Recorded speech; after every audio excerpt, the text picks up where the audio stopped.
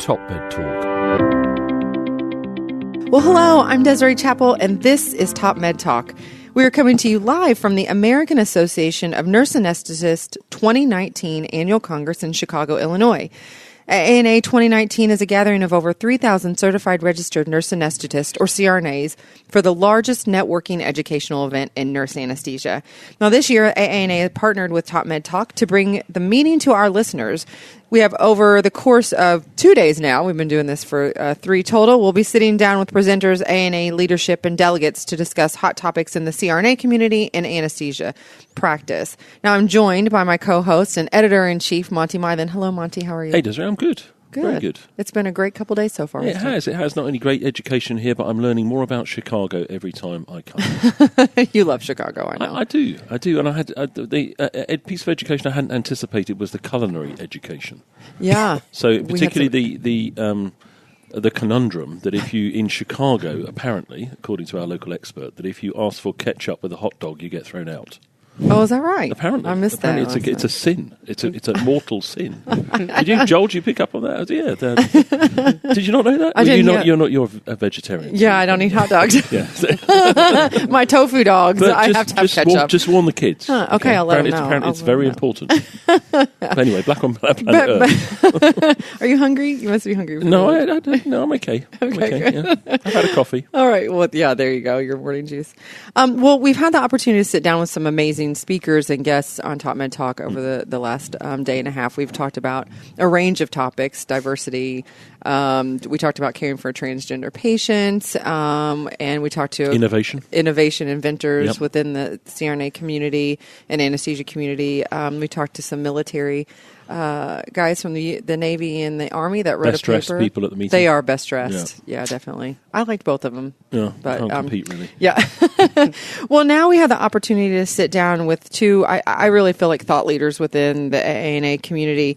Our topic for discussion, we're going to be talking mentorship and diversity and inclusion. Mm-hmm. And we have Lena Gould, a CRNA, and JBing, a CRNA. And guys, thank you so much for joining us. Thank you. We really appreciate taking time us. to sit down and chat with us on Top Med Talk. I'm sure a lot of people know your names, both of you, because you're really active within the AANA community. So, Lena, can you give me a little bit more about your background and a little bit more about yourself? Okay. Again, I'm the founder of the Diversity Nurse Anesthesia Mentorship Program.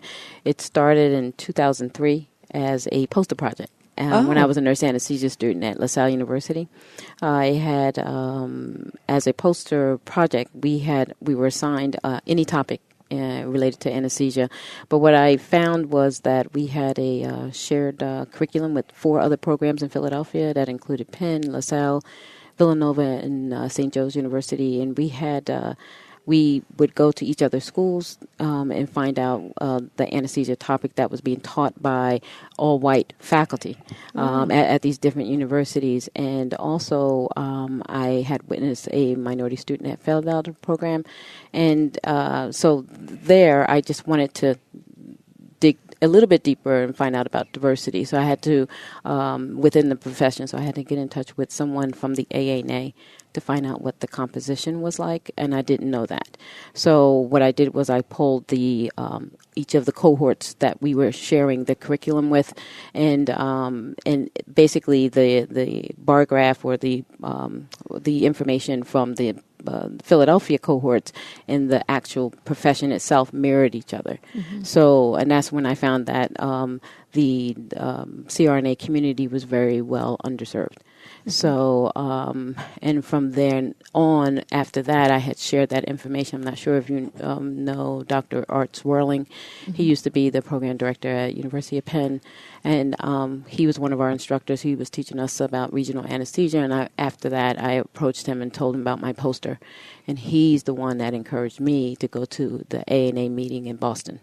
And that's where I met Goldie Bragman, the past president of the AANA. She was the first and only black CRNA that became president.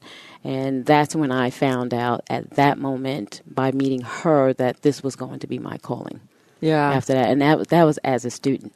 Oh, man, Yeah, that is as a a fantastic student. story. Mm-hmm. Well, I know you're very active within the AANA community and speak out, about making sure that we are a diverse group and that we're aware and inclusive within our community. I was going to give a shout out on your Twitter handle as Diversity CRNA. Yes. And I think that is that's just fantastic. Yes. And it really encapsulates who you are and what your mission is for sure. Mm-hmm. So, John, can you tell us a little bit about yourself and your experience within the AANA Diversity and Inclusion? Well, I came on board with Lena probably in 2009 or so, and I work in the Washington D.C. area. I've worked at, and I always tell people, I've worked at about 12 hospitals, 34 surgery centers, about 30 offices.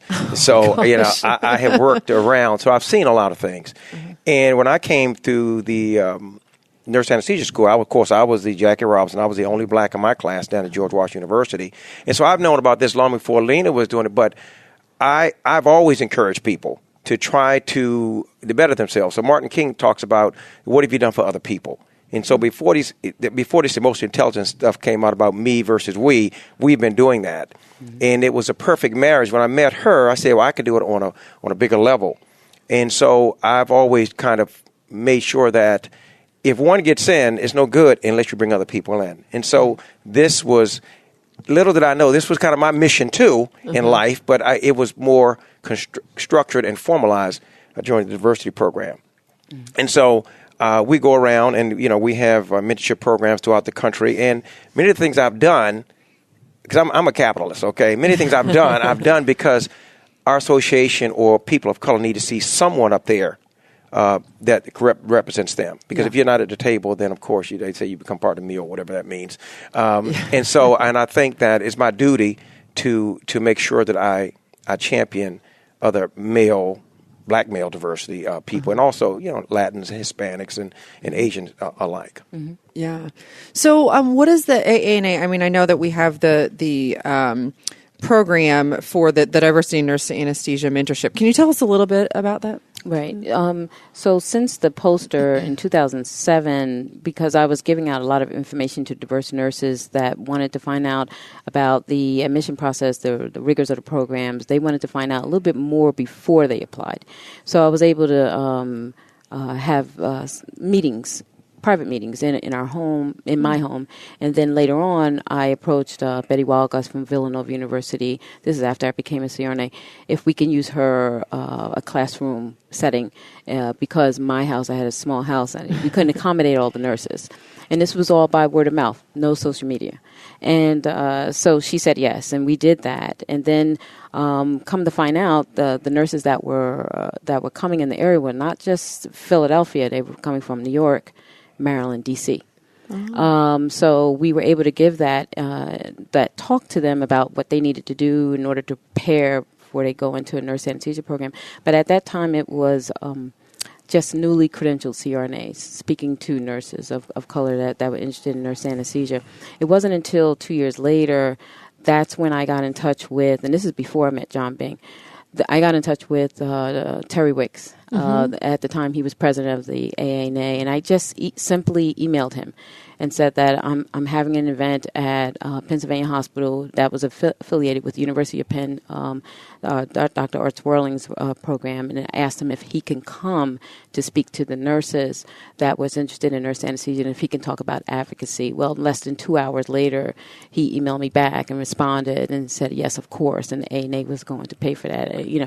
I just simply asked, and he actually responded, and he did come. At that moment, we only had one program director, and it was Art Swirling, and we had the AANA leadership, the president that came, and he spoke about the advocacy, like I said. And then separately, on a separate date, a couple months later, I would have an airway workshop at my facility because I was chief CRNA at that time, and we would have it on a Sunday. So they were coming at two different events, the information session, and then it was the hands-on. Well, since that time, when John joined in 2009, and in 2010, that's when we combined it so that no longer we had separate dates. They're weekend events now, information sessions and the airway sessions. So now we have 4 to 5 program directors that will come and do a presentation about their programs. We'll have CRNAs from diverse backgrounds, whether they're military CRNA, educators, someone that own their own anesthesia services, someone that's newly credentialed CRNA, and everyone would talk about their different background, and those that have their doctorates too, because that's important, because a lot of the programs now are converting to the doctorate program. And then the last panelists are the SRNAs, the nurse anesthesia students from different programs, and a lot of them have some are single, some are married with children, some are single with children. So like, how do you balance, going to school with that? And then they have the hands-on. Then the very next day for the airway workshop. So that allows them to now write in their personal statement that not only did they meet the bare minimum as far as getting in and shadowing a CRNA, but they actually came to the event. But what's very important now, from that time when John had joined up until now, we've done 44 diversity CRNA information sessions, but we've always had, since Terry Wicks was the first one that from the AANA leadership to come. AANA leadership, whether it's the CEO of the AANA, whether it's the past presidents of the AANA, senior leadership from the MBCRNA, senior leadership from the COA, that actually came to speak to all the nurses that were interested in nurse anesthesia, because they need to know about the advocacy side as well, not just I want to become a nurse anesthetist and give and deliver anesthesia, because we're both active within our own state association and the national. So I think that's very important. But since that time, over 510 nurses of color got accepted into 68 graduate nurse anesthesia programs. So we're proud of that. Absolutely. You should be very proud of that. Yeah. Wow, that is fantastic. John, what are some of the messages that you talk about in some of these advocacy and leadership? The biggest question that you always ask people is why? Why are we doing this? So again, is 1% African Americans are in nurse anesthesia, and 10% of people of color in nurse anesthesia. So it's a big void. It's one of the most, as much as we don't want to talk about segregation, it's one of the most segregated professions out here, but it's a great profession. And so I think many times mentoring is just a fancy word for saying, I need help. And what we're saying is that we'll give you a blueprint, and we'll navigate you through this maze. You come to this session 3 times, and we have by far the best way to get to nurse anesthesia school, whether you're anyone of color or whites, blacks, whatever. Diversity, they think is only for people of color, but this is for everyone. And so now we have about 20% whites and, the rest people of color, and I think it works. And what I tell these kids this right here is that if you just listen to us and you allow us to guide you, because the most important thing about not having adequate representation is fear. Yeah. Now, if you live in a neighborhood, you have upper-level people, they'll know about nurse anesthesia, but people that are not of means, they may not ever hear or see anyone that looks like you. And I think most minorities we're vision-oriented. We need to see somebody looks like me. And that's the reason that successful operations will always have diverse population, because they have money too. And if you're, again, I'm a capitalist, and they say, oh, well, if they can bring money to the table, then of course we can infuse them into the greater picture. Could you expand, please, on I predominantly work in the United Kingdom, so sometimes we look through these things with a different lens, but I was on faculty at Duke in North Carolina. Right. Do you think the stats you described about the mix of people getting into various different professions was lack of equal opportunity or lack of confidence, or a bit of both? Well, a little bit of both. Okay. Equal opportunities mean you know nothing about it. Yeah. And then, of course, it's funny. Short story. I'm with the University of Maryland, and it was one lady that tried to get into nursing, and who was the first African American Supreme Court justice? That was Thurgood Marshall. Thurgood Marshall. I'm like, and Thurgood Marshall had to get her into University of Maryland. Now, this lady is 97 years old, so she applied to nurse anesthesia school. Application went in. She gets there. And they didn't know she was African American. They said, you have glasses, you can't get in. So it's 1954, 1956, 1960. So many times it's a matter of, we have a history of America that, we're exclusion, not an inclusion like we are right now. So you have to fight through those barriers.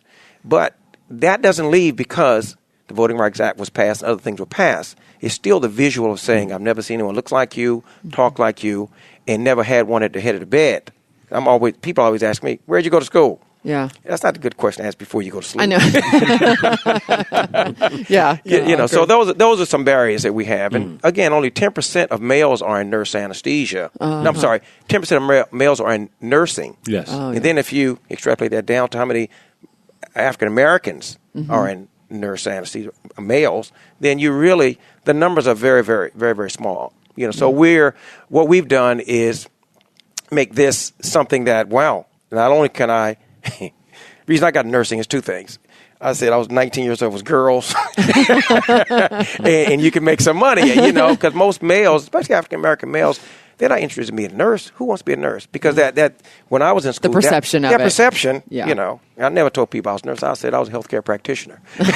There you go. Anyway, so one of the questions that I wanted to ask, and we're going to have Debra Diaz join us here in just a moment, is what the AANA is really doing right now to help promote diversity and inclusion within our organization.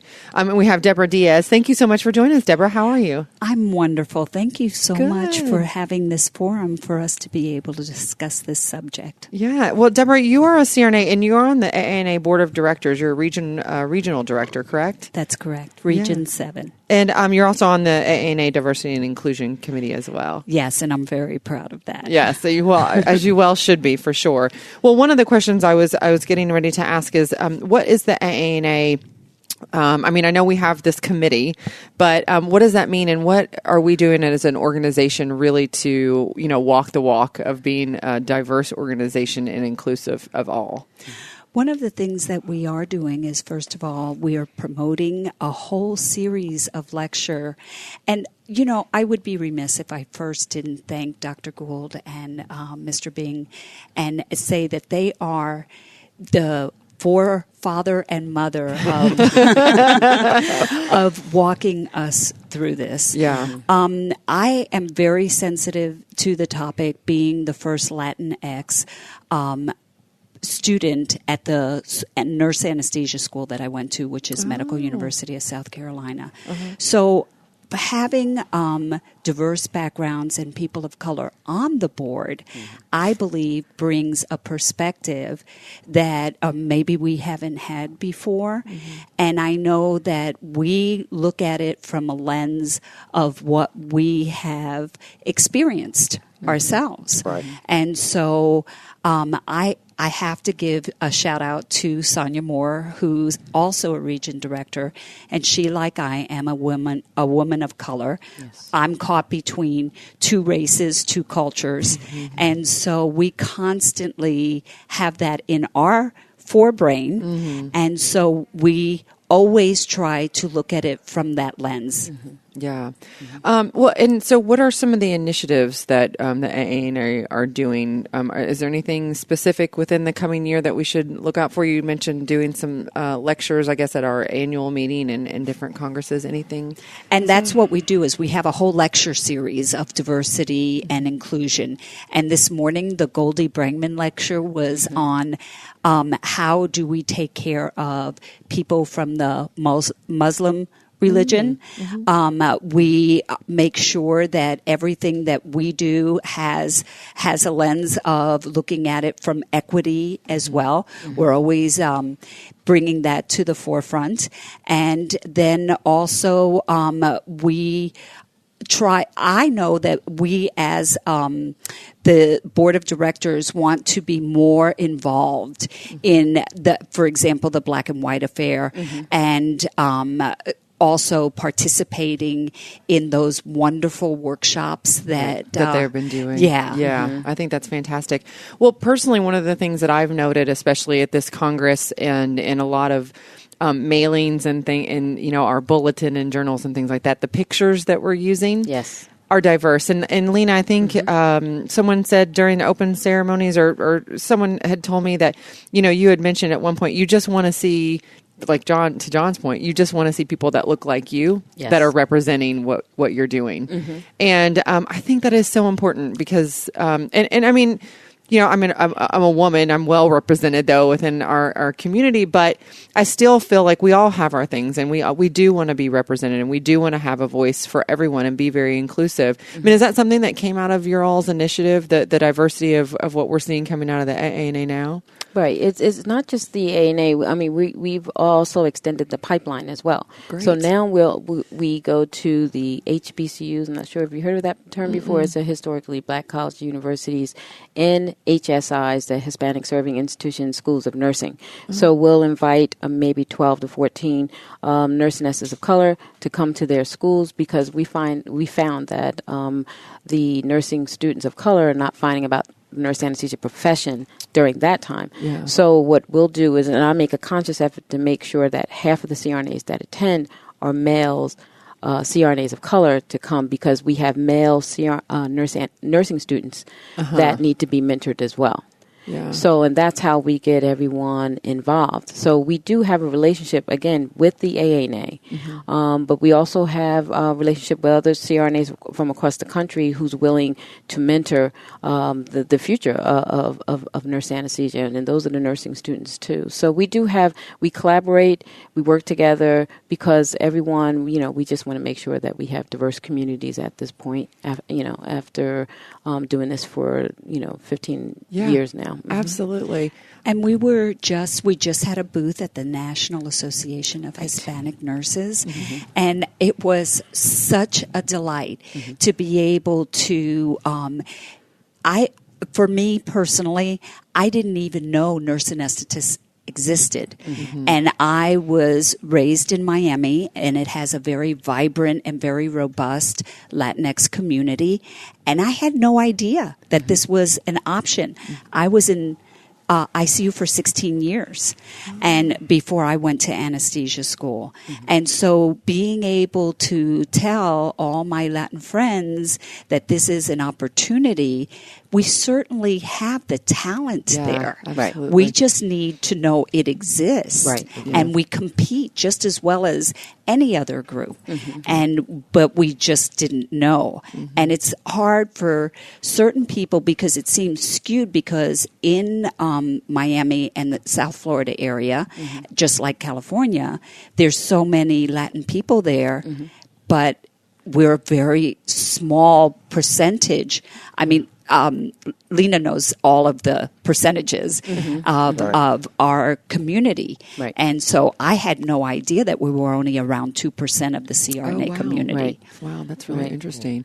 Well, I mean, I applaud the three of you and everything that the AANA is doing, and the people that you guys work with for all of your efforts, because we are better and stronger together, and when we're inclusive and bringing and everybody, all different backgrounds together. I mean, we grow so much more, I think, as a community when we do that. John, did you have something? Let me say this, because I think that the elephant in the room is this. Because I do think in chaos you can learn from that. So it's 2019, right? It's 2019. Yeah. We should not be championing this. If you look at your landscape and you say, what is it that is not represented in America? You look out there and you don't see people of color. And so the people that should be championing this is not us, because we're just the people, they're always complaining. It should be people like you and other people, because that's where you get the traction. Yeah. And so have we had some difficulty? Absolutely. Yeah. Is race a problem? Absolutely. Yeah. Is the membership divided? Absolutely. And I think that we have to be, courage comes when you do things that are tough and not things that are easy. Yeah. And so, as much as we don't want to shove this down, and listen, I'm raising a hand for the same question all the time. I think the leadership has to say, there's a problem here, and we're going to. ESPN saw that, and they do well financially. Yeah. Good companies that have strategic planning and have the guts to say, we're going to take care of this. Yeah, we need to. You can't go to Orange Patch to look for apples. Yeah, so that's the reason we go to HBCUs. Right. Yes, we can't get them in. We got to get them in and get them out. Yeah, and then the psychosocial part with this. When we mentor students, I do the interviewing skills, because many students, black and white, they can text, but they can't talk. So once they get an interview, I'll call them up and I try to deprogram them and help them to get in school. And then once they get in school, then the issue is that do you go to a school where you're it all the time? And then, you have to deal with people in your community that in the hospital that may not want you there. Did you get in because of affirmative action? Was it quota system? So the psychosocial problem with nurse anesthesia students is very, very tough. Yeah. Not only are you working 18 hours a day, 3 years, which is just post-traumatic stress syndrome, but not war, but now you got to deal with the psychosocial problem. Yeah. So we try to bring that to the forefront. And Lena has see, I'm kind of Martin and she's kind of Malcolm. She's kind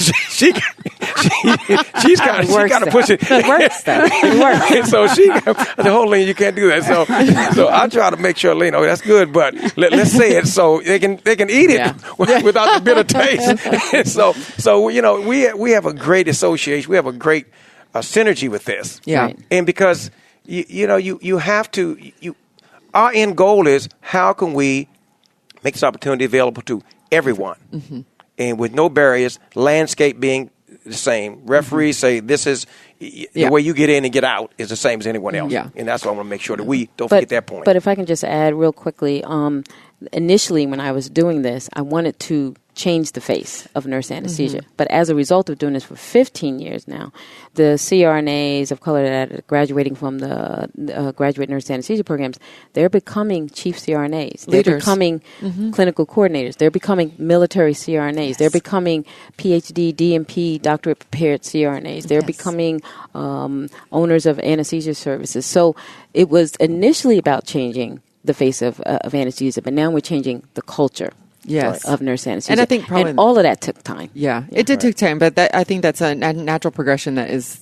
Right. It's good. I mean, that's good for all of us, right? And good for them. I mean, that mentoring program was so much more than just saying you're a person of color. Let's try and get you in. Right. This is mentoring you in leadership. That's right. And that is what we all need. and it doesn't stop there. It stops afterwards because no one in your family has ever made this kind of money. Right. Now, what do you do? Now you have options. Yeah. And so we talk to kids at 10 years out because they've never been in a position of, like, I have my own business. How do you do this? Yeah. And so this is a continuum. Yeah. And I can assure you that when we have our board meetings, when we go into closed session, executive session, things that the membership at large doesn't see, we are constantly discussing how do we make this equitable for all? Right. How do we bring in more minorities? How do we make sure that the message is known? So where change does take time, and I mean, I'm old, so I've seen the changes in our population and in our country with before the civil rights movements and all of that political change that has occurred. It does take time, and we are, I think I can say from my perspective, we are making that change. Yeah. It is happening. Right. And I want everybody to be assured of the fact that the board is 100% behind this. Right. Yeah. Right. Well, that's great. Well, guys, I could talk to you for a long time, and I hope I've done this conversation justice because it is so very important within our community and within healthcare in general. And so Lena, I wanted to congratulate you on the Agatha Hodgins Award, the outstanding achievement within the CRNA community, and all the work that all three of you have been doing. Thank you for that. And hopefully we can continue to move the needle and keep the conversation going. Yes. So, thank you so very much. Thank you guys, and hopefully we'll talk to you again soon. Okay. Thanks. Thank you. Cheers. All right. Thank you. Top Med Talk. Nate Majerison here. Thanks for listening to Top Med Talk. Now, before we let you go, it's important that we remind you to subscribe to Top Med Talk. That way you'll never, ever miss another episode. Also, if we could encourage you to join us on social media, Twitter, Facebook, LinkedIn, YouTube, pretty much every single social media platform, we're there. Join us. And finally, check out topmedtalk.com. If you go to our website, you can subscribe to email updates. That way we can always tell you where we're going to be, what we're going to be doing, and how you can join us. topmedtalk.com and click on the section marked email updates. Finally, Top Med Talk is proud to act as the broadcasting arm of EBPOM, Evidence-Based Perioperative Medicine. We'd love you to find out more about them as well. ebpom.org is their website. That's ebpom.org. And if you go to ebpom.org/meetings, you can find out about some of the wonderful meetings that we attend and cover across the year here on Top Med Talk. That's ebpom.org/meetings.